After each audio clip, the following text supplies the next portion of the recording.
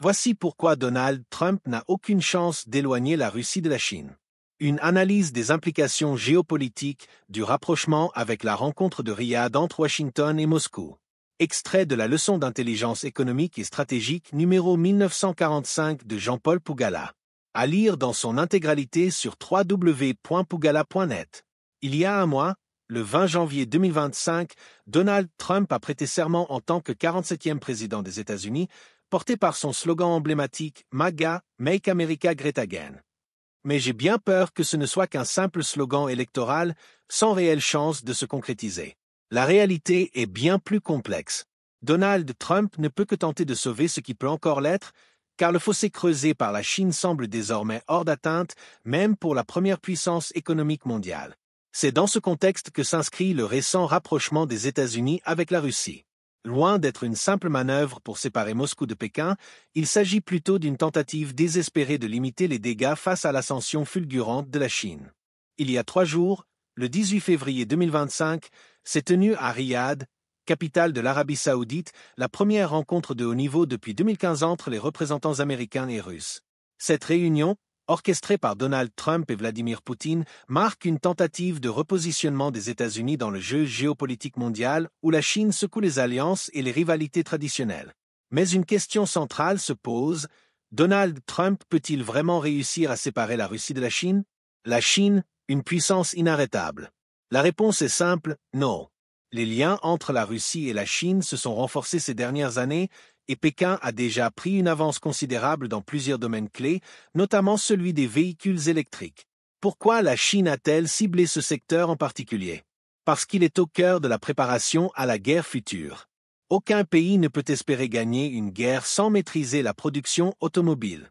Depuis un siècle, ce secteur est le terrain où se jouent les rapports de force entre les nations. Prenons l'exemple du Cameroun. Un ancien candidat aux élections présidentielles a récemment déclaré « Le Cameroun a produit des motos avant la Chine ». Une affirmation qui révèle une méconnaissance profonde de l'industrie.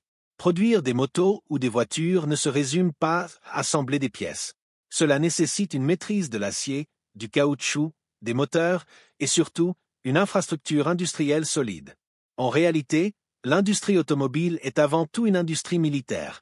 Des noms comme Renault, Peugeot ou Citroën ne sont pas seulement des marques de voitures, ce sont des piliers de l'industrie de défense française.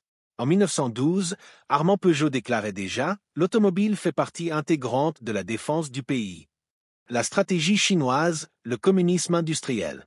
La Chine ne se contente pas de concurrencer les États-Unis, elle propose un modèle alternatif basé sur la prospérité collective. Contrairement à l'Occident, où l'industrie automobile est fragmentée et individualiste, la Chine a centralisé sa production sous l'égide de l'État. Les constructeurs chinois comme BYD, Huawei, BEC et Keck partagent des composants standardisés, ce qui réduit les coûts et accélère l'innovation. Cette approche collective, inspirée de la culture du riz, où le travail se fait en groupe, contraste avec le modèle occidental du blé, où le travail est individuel. Et les résultats sont là.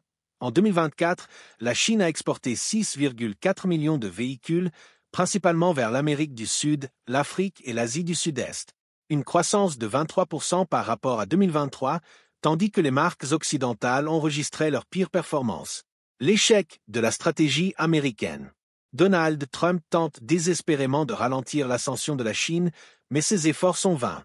Les droits de douane imposés sur les véhicules électriques chinois ne suffiront pas à inverser la tendance.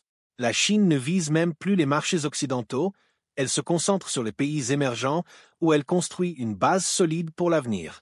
Le PDG de Caresoft Global Technology, Matthew Vachaparampil, résume la situation. Les nouvelles sont mauvaises pour General Motors, Ford et Stellantis. Les constructeurs américains sont dépassés par la rapidité et l'efficacité des Chinois.